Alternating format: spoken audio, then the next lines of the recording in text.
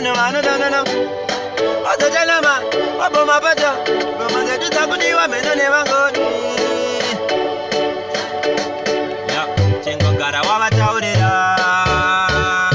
ndoda vanhu vanodanana vari kuona vanhu vachitukana biga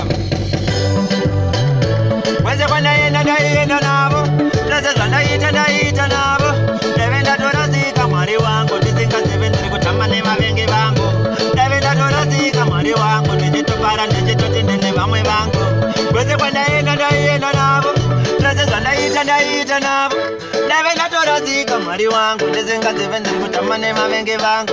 ndave ndatorasika mwari wangu ndichitopara ndichitoti vamwe mangu sekuziva kwamunoita ndiri ticho magitare ngoma dzangu dziri kubika kunobvisa kwamutare pakubhoderera kwese kwandoita vamwe farecha vanochovera kundiona ndichidzoka kuma manje handidi zvehondo panyaya dzemagitare asi ukanzwa ndakutaura moyo andifari ikezina tiri parwendo vamwe vari kumasure nekuti ndiri mumota vari pabhiza utare kwese kwandaenda